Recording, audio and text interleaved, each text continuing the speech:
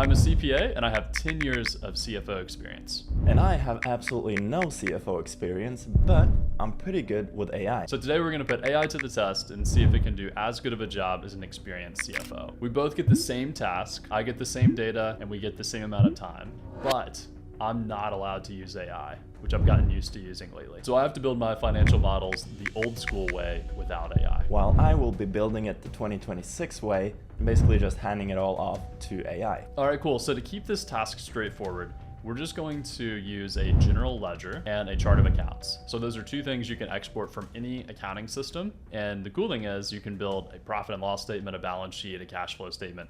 You can build everything you need from just those two pieces. So I'm gonna get started and see what I can do with my old tool, Excel, and Matt is gonna see what he can do with AI. And let's see who wins. All right, so it was really hard to do this without AI, but I've just completed the Excel version of this. And let me walk you through it. It's the same way I would have done this when I was an accountant starting 10 years ago. So I just took the two raw details and I put them in the tabs. So I have the chart of accounts and the raw detail. And then what I did is I built a trial balance just to make sure all the data is accurate. It's a standard accountant thing to do. I then made an income statement and I broke it down by different channels. I made a balance sheet. I made sure that the balance sheet balanced, which is very important. I looked at the cash flow, made sure that the cash balanced. And then what I did is I started looking at different ratios and I looked at their liquidity ratios, profitability, and this way I'm now ready to talk about these ratios with the client and walk them through it. I also wanted to understand which channels were profitable for them, more profitable versus others. So I was able to look and see that Amazon UK was less profitable versus Amazon US or Shopify, and that wholesale was their least profitable at this point, which is interesting. I also did a product analysis and I was able to see a few different things here. The main thing is that all of their products are about the same in profitability, but the revenue mix is the big difference, that home decor is about 35% of their business, whereas bath and outdoor is more like 19%. I then started to make some pivot tables analyzing the expenses and other things like that. So I was able to take a look and see, here's the adjustments, all the different pieces that make up the business and what those trends look like over time. I did the same thing, but with products. Unfortunately, I didn't have time. I realized I flipped the sign on the revenue, so I just ran out of time for that. So I wanted to keep this authentic. So if I had more time, I would be able to fix that and make some more cooler visuals. But I was proud of being able to have this pivot table where you could see the bath category and the subcategories and what the revenue and units sold were across various channels. So this was my Excel version. It was really tough to make it without AI. I missed AI a lot. I'm really curious what Matt's, who I know has no accounting experience, what he was able to make with his AI model and then review it.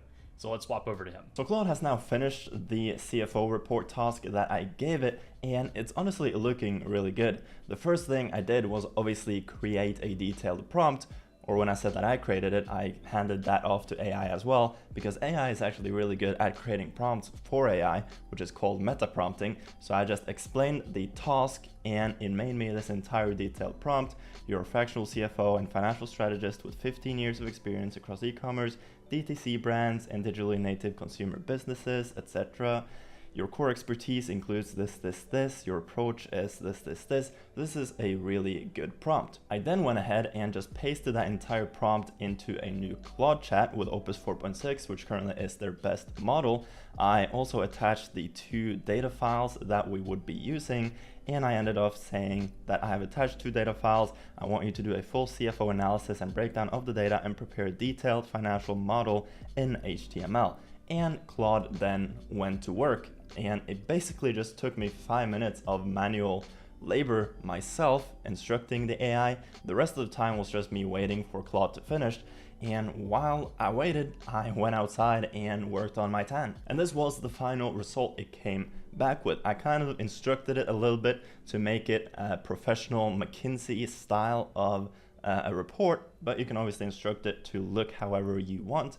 But as you can see, financial review, so it has the executive summary with net revenue, gross profit. Obviously, I'm not a CFO, so there's a lot of things here that I do not understand, but from my knowledge, this looks super good. You have revenue composition by channel, so you have Amazon, Shopify, wholesale. You then have monthly net revenue. You then have income statement, so here you have the total gross revenue. You have the gross revenue by each different channel. You then have the net revenue.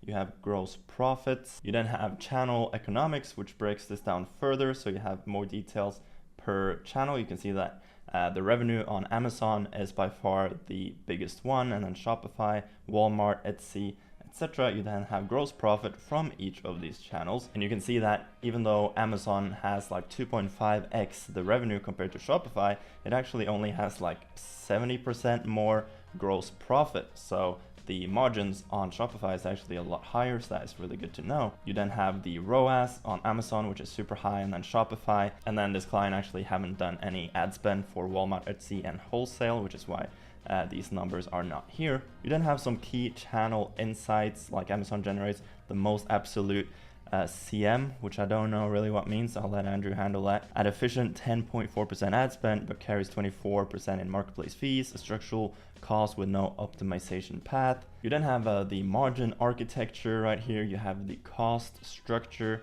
You then have the full balance sheet with liabilities and equity, etc. And at the end, you have some findings and recommendations for what it thinks we should improve. So overall, this honestly looks really, really good.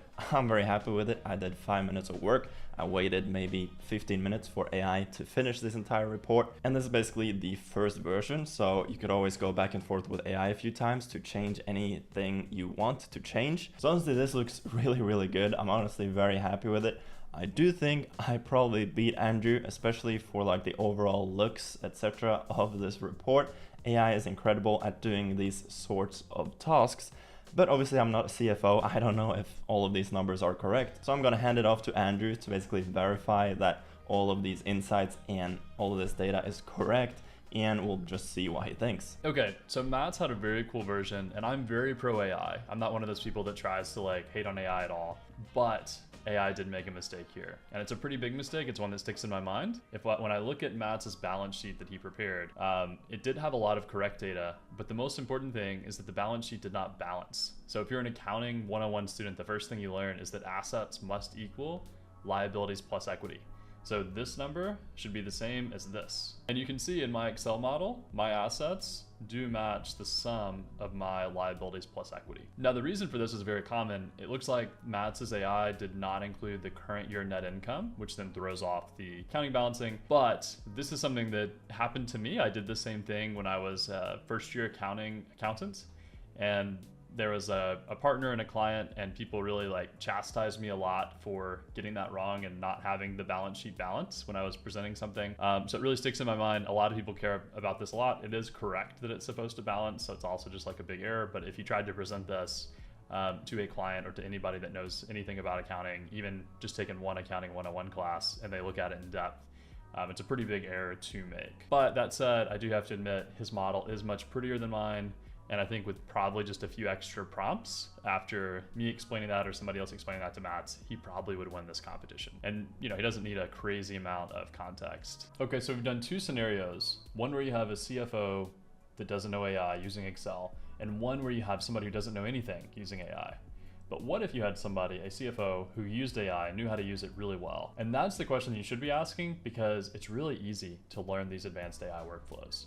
So we actually have a Skool community where we show people how to build advanced AI workflows, not just like pasting into ChatGPT or Claude or Gemini or whatever else, and then trying to, through prompting, copy and pasting, trying to build something. How to actually use the most powerful tools on the market like Claude Code, and not use them for coding, but use them for real business use cases. And what I'm about to show you, is easier to learn than Excel. It may look scary, it may look crazy, but the cool thing is AI can do all the planning, all the designing, and you're just the user with taste. So what did I build, if you're curious? Because I didn't just go to ChatGPT, I didn't go to Claude and just type something in.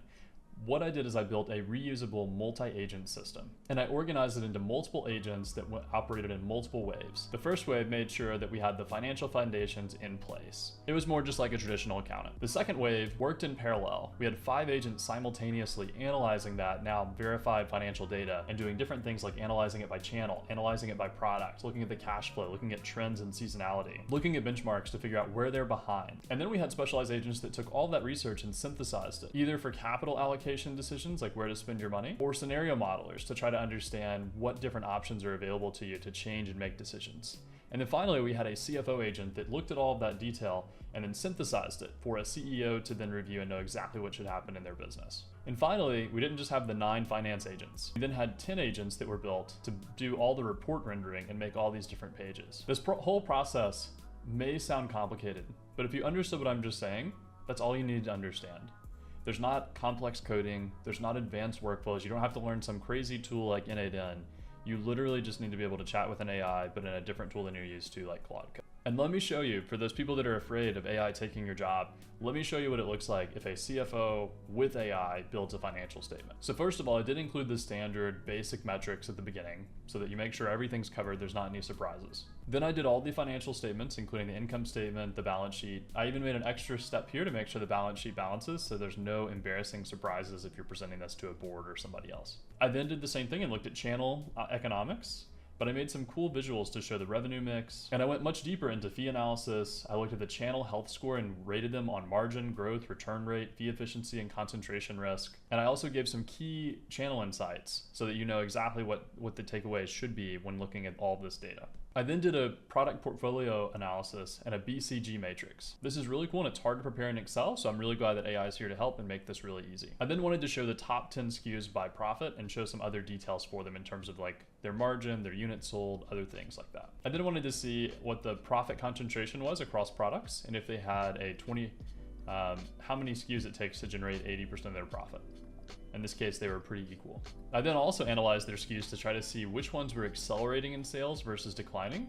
And so I was able to analyze and see that there's 3 products that are newly launched and accelerating. I then looked at trends so we could quickly see where their profitability was throughout the year. And I also wanted to look at leading indicators that could impact future performance. Finally, I wanted to summarize the trends into various insights. I then took industry standard benchmarks and compared them against those benchmarks to try to find opportunities for where they could improve, not just against their historicals, but against the industry standards. I then mentioned all of their profitability, efficiency, liquidity, and operations metrics, what their benchmark range was, how far they are away from it, and what the dollar impact could be. Then I looked at their capital efficiency. Since ad spend is so important to e-commerce businesses, we broke down what their ROAS was for Amazon, D2C, and then blended. And I didn't just want to take the historical data and analyze that. I also wanted to be forward thinking. So I made some scenarios as well to see what the upside potential was and what the worst case could be. So I had that broken down and showing here's what the conservative could be if you hit conservative goals, the moderate upside, and the aggressive. I then did the same analysis but by various levers. At the end of all this, I didn't want to just hand off a report without clear action steps. So I also had the AI analyze all the data and make an action steps guidelines. And if you go back to my first dashboard, I did have an executive summary that explained everything you need to know about the business at a high level, and also the top 5 findings that would be important for an executive meeting or a board presentation. And because I didn't want my agents to be too siloed and too much experts in just one area, I had some cross-agent insights that could analyze across each other and find some interesting combination from the different analysis we did. So I know a lot of people that get overwhelmed with AI. There's a lot of scary headlines. There's a lot of difficult tools to learn. But the one thing I want to tell you is that this right here that I just showed is not that hard. Anybody can learn it. All you have to do is know how to prompt, how to set up the system, and how to move from a single agent system to a multi-agent system. And that's something we've taught many people, and more business people can automate their work and do a much better presentation with this. I know me personally, I would much rather walk into a board presentation with the report that I showed at the end versus Matt's version or my Excel version, which may have been accurate but looked like it came from 1985. So if you're worried that AI may replace you, just know that you plus AI is the most unstoppable force and nothing can replace that if you fully embrace it. So feel free to subscribe for more videos just like this one. We're gonna break down marketing strategies, financial strategies, and other ways to actually improve businesses, how to use these multi-agent frameworks in your business. So stay tuned, and if you're interested in building this yourself, you can join our Skool community where we're training people how to build these multi-agent systems for their business.